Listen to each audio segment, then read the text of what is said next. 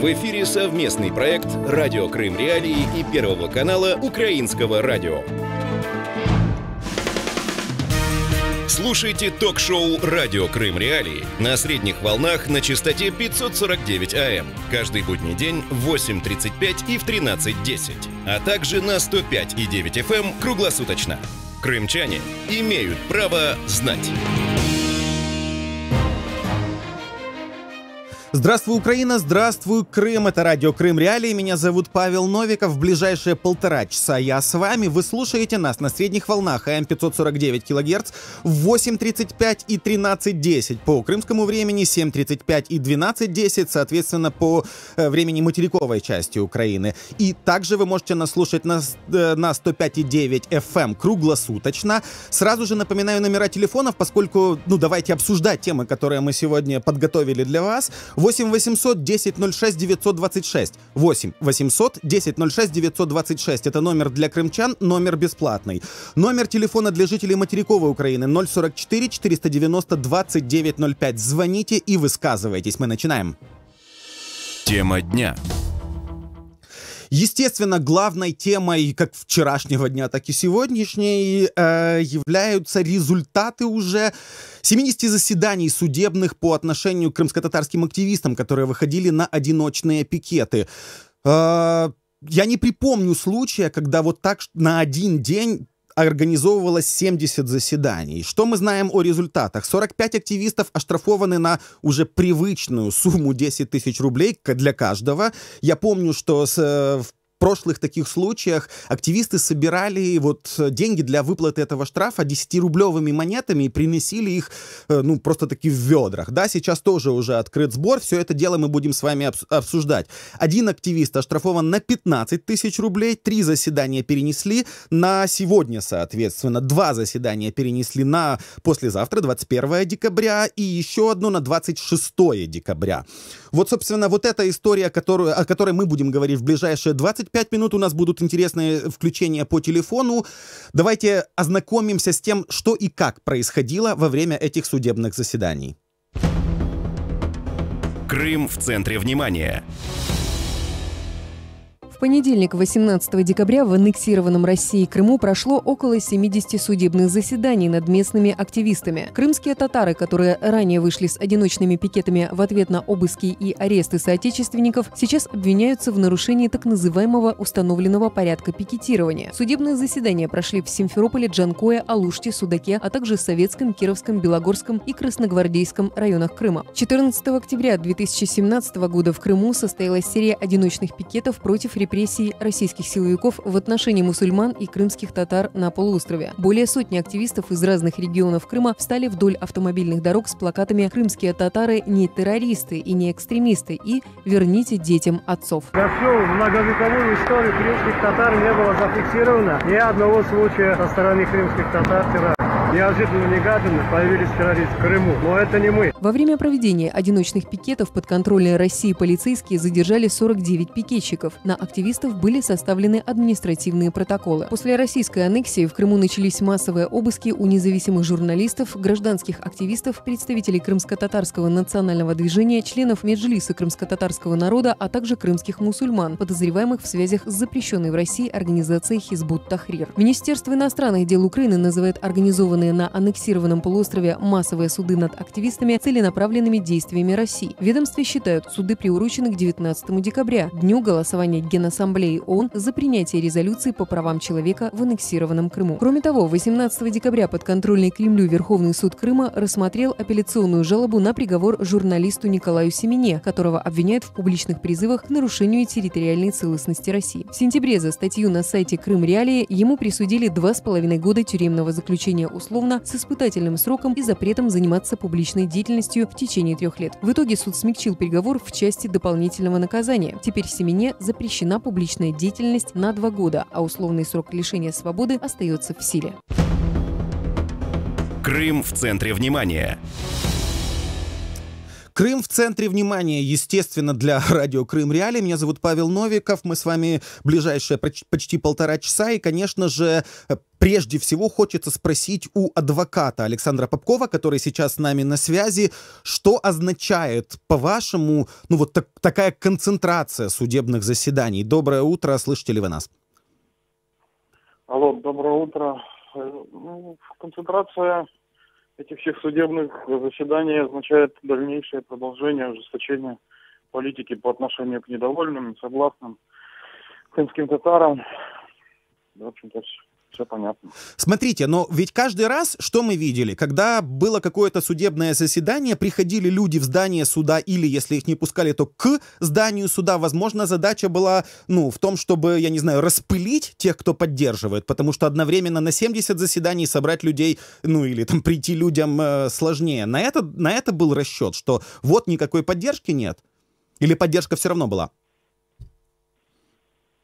Я не знаю, насколько это согласовано было, назначение этих заседаний. Поддержка-то все равно у людей была. Просто это же еще особенности судебной системы, там, как они назначают, не знаю, не хочется вдаваться в конспирологию, что вот дали команду для того, чтобы распылить людей. Не могу об этом говорить. Хорошо, и вы же ведете дело Николая Семены. Скажите, пожалуйста, я уже читал его заявление о том, что вот это так называемое смягчение, что он не имеет права заниматься какой-то публичной деятельностью уже не 2,5 года, а меньше, это издевательство, я так это процитирую. Вот как вы прокомментируете, почему такое решение, что вы будете делать дальше, кстати? Мы будем обжаловать это решение в Европейском суде, сам приговор, потому что, естественно, он нас не устраивает обвинительный приговор. А что касается вот этих снижений, вы знаете, мы про это вообще и перед заседанием не думали, и после заседания, так знаете, развели руками. Было 3 года запрета, стало 2 года запрета. По сути, они, в общем-то, вообще с момента начала, с момента возбуждения уголовного дела и обыска прекратил работать в качестве журналиста не только Семена, но еще как минимум десяток его коллег, которые писали для прессы Украины. И, соответственно, он не занимался этой деятельностью с того времени, заниматься уже теперь в Крыму не будет, потому что это опасно. Это опасно. Хорошо. Каковы перспективы вашего дела, например, в Европейском суде по правам человека? По сути, мы же имеем, запрет на профессию для человека, который зарабатывал и, содержал себя благодаря своей журналистской деятельности. Европейский суд, конечно, это такая отдельная структура, и никогда нельзя говорить, что мы придем и выиграем, а у них свои принципы, свои правила, и иногда бывает, что довольно очевидные дела заканчиваются не так очевидно, но здесь мы видим очень неплохие перспективы, потому что было нарушено как минимум несколько статей конвенции, несколько прав человека, и недавно, совершенно 5 октября, была резолюция Европарламента по поводу преследования Чайгоза, Умерова и Семены, на которой Европарламент попросил Европейский суд рассмотреть это дело в приоритетном порядке. И, соответственно, мы будем направлять и просить суд, а уже от суда будет зависеть, как они будут рассматривать и как они согласятся ли с нашими доводами или нет. Последний короткий вопрос. Рассчитываете ли вы на рассмотрение этого дела в Европейском суде по правам человека по какой-то ускоренной процедуре? Потому что обычно это занимает годы. По сути, уже может и закончиться даже этот условный приговор Семены, когда суд только начнет рассматривать дело против России. Как раз-таки приоритетный порядок, это и есть более ускоренная процедура. Но в последнее время Европейский суд значительно ускорился даже по простым делам. То есть, если раньше это было 7, 9, а то и 10 лет, то сейчас уже 2, 3, 4 года в последнее время и есть, в общем-то, неплохие перспективы. Есть неплохие перспективы. Спасибо, что вышли с нами на связь. Александр Попков, российский адвокат ряда крымских заключенных, был с нами на связи, прокомментировал, в частности, перспективы перспективы рассмотрения дела Николая Семины Европейским судом по правам человека. А мы продолжаем эфир. Напоминаю, это радио Крым Реалии. Вы можете смотреть нас в Фейсбуке и в Ютубе. Вы можете звонить нам по телефону 8 800 10 06 926. Это бесплатный номер для жителей Крымского полуострова. И, естественно, можете читать нас в Твиттере и там же предлагать свои темы. А сейчас у нас на связи Заир Смедляев, глава Центра избиркома Курултая крымско-татарского народа. Заир, здравствуйте, слышно ли меня? Доброе утро, слышно нормально. Как вы прокомментируете тот факт, что вот на вчера на один и тот же день назначено 70 заседаний? Для чего это, по-вашему, сделано? И второй сразу вопрос вдогонку. Какой была поддержка в зданиях суда, возле зданий судов тех людей, которые вчера были под судом? Ну, скажу, во-первых, уточню, что было не 70, а 86 судебных процессов. Вчера, в том числе, и Николая Семины и по делу 26 февраля. Вчера судебный конвейер начался на всех парах. Поддержка была, скажем, везде, где наших соотечественников собирались десятки, сотни людей.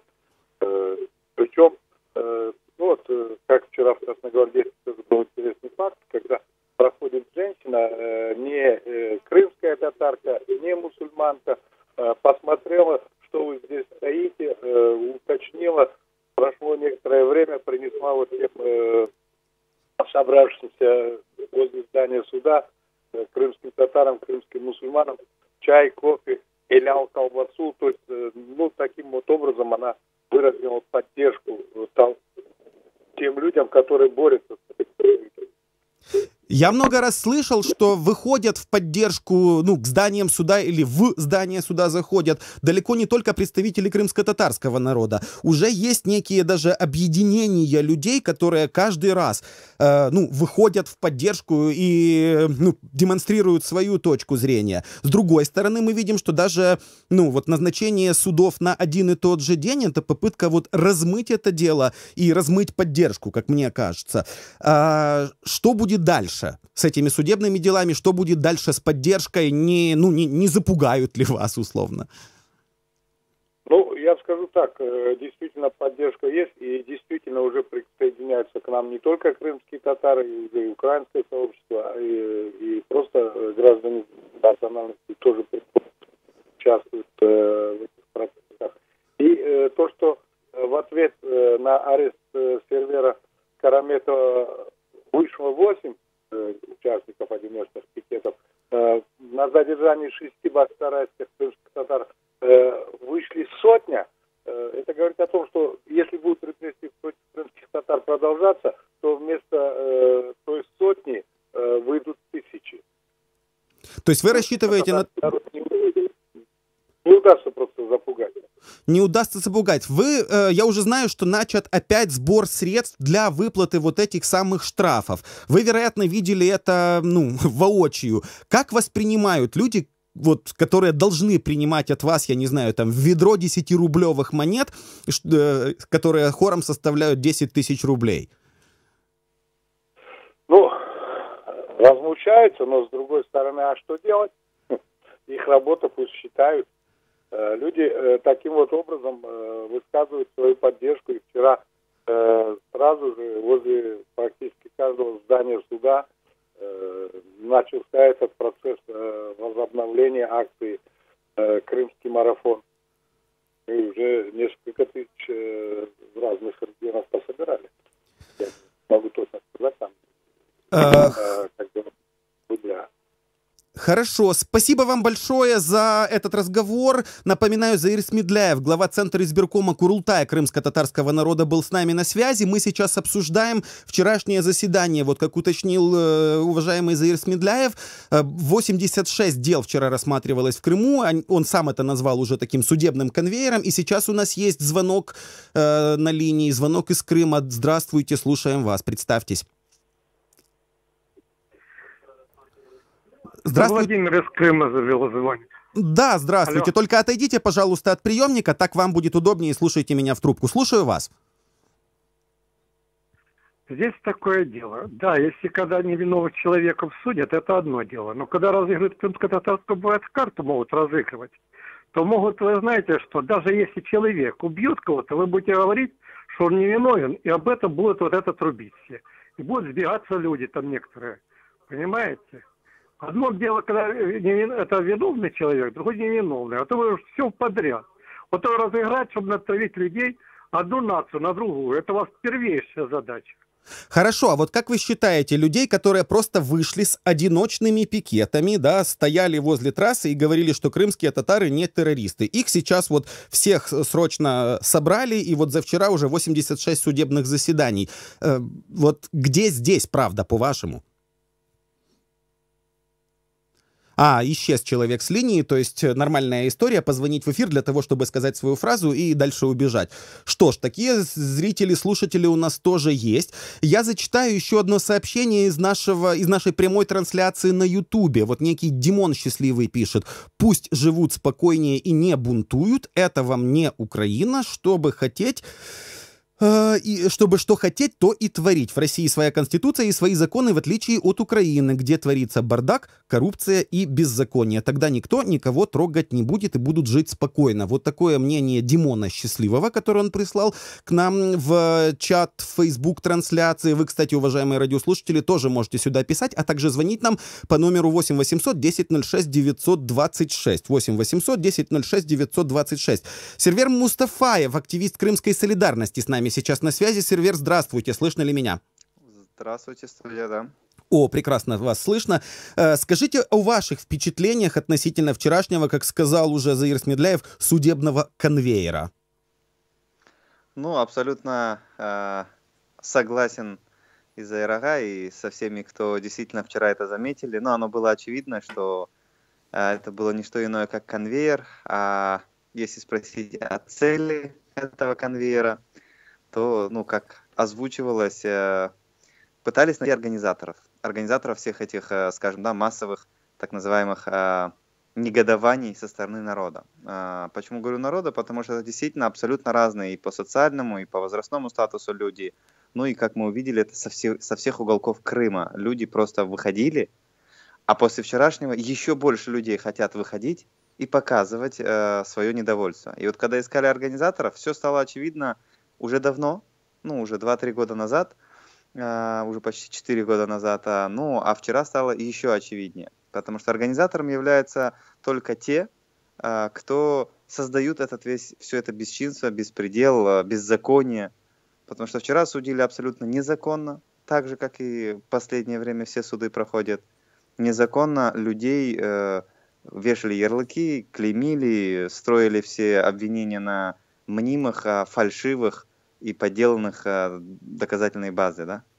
Я говорил в одном из своих эфиров с социальным философом, и она предположила, что вот желание закручивать гайки и задерживать даже тех, кто вышел на одиночный пикет, по ее мнению, скорее приведет к тому, что эти гайки просто сорвет. Вот насколько вы считаете, она права, да, и как вы оцениваете, как будет развиваться ситуация? Действительно же, количество людей, выходящих в поддержку, возрастает.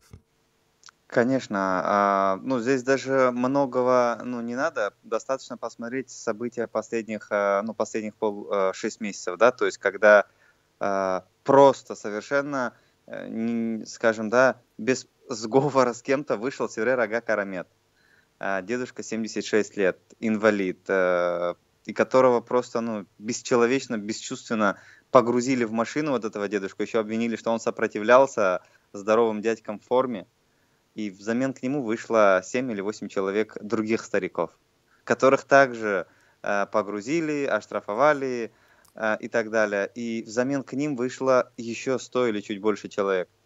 И вчера, просто на судах было видно, сколько людей вышло поддержать этих людей в один день, 86 человек, которых вчера судили. Вот к ним на поддержку вышло по Крыму, порядка, наверное, 800 тысяч человек. То есть вот она динамика. То есть к чему она ведет? Она ведет к тому, что люди все яснее и яснее понимают, что происходит. И если пытаются навязать, что это связано только с какими-то политическими или религиозными убеждениями кого-либо но не народа, то становится все яснее, что нет, это как раз-таки вслед за одними придут к другим в дома в 6 утра, будить, ломать, клеймить, сажать и так далее. И люди понимают, что промолчи сегодня, ну, завтра может стать поздно.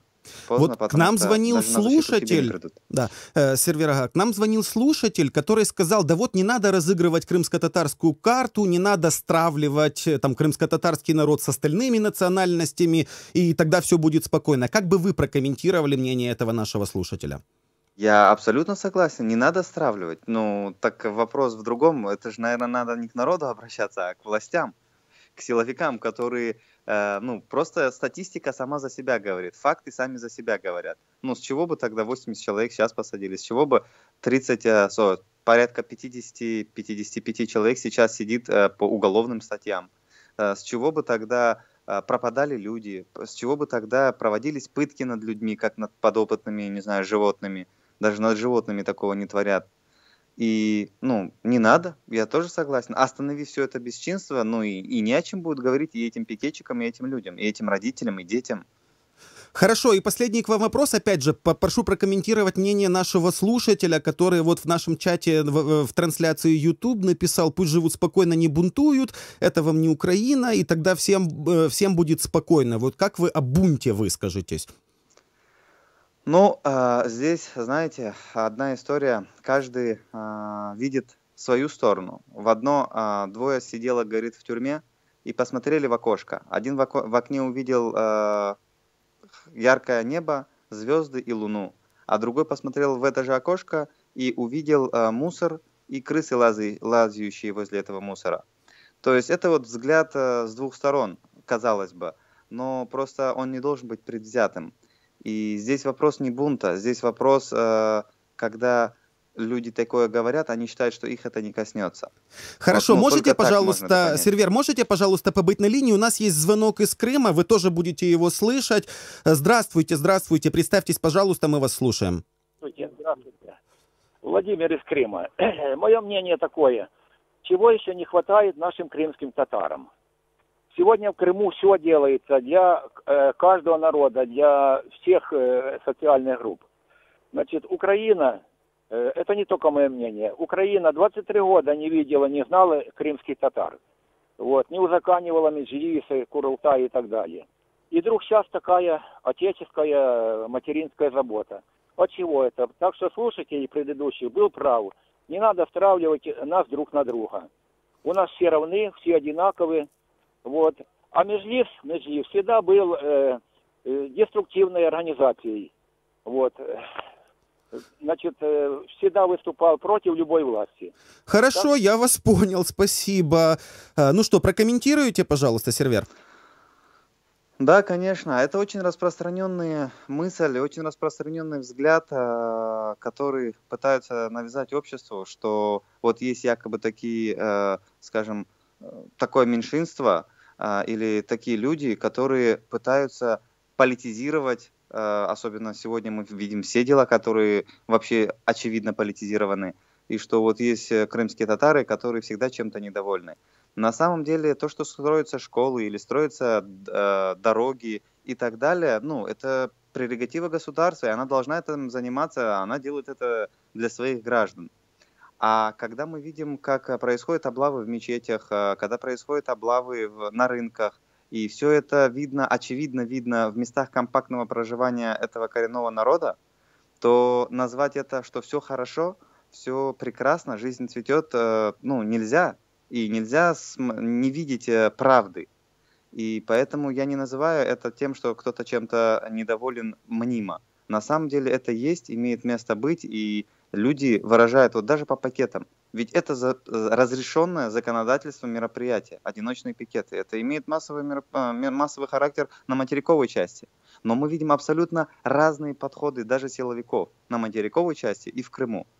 Поэтому здесь просто хочется попросить или пожелать, наверное, всем, кто не разделяет или не понимает, или не видит, чтобы все-таки увидели. И чем раньше, тем лучше. потому что сегодня это касается одних, завтра это коснется других. Что ж, спасибо вам огромное за ваши комментарии. Сервер Мустафаев, активист Крымской солидарности, был с нами на связи. Я напоминаю, уважаемые радиослушатели, это радио Крым Реалии. Вы можете слушать нас на АМ 549 кГц и на 105,9 FM и звоните нам 8 800 10 06 926. Мы всегда готовы с вами обсуждать самые главные темы. После новостей придем к вам со следующей темой.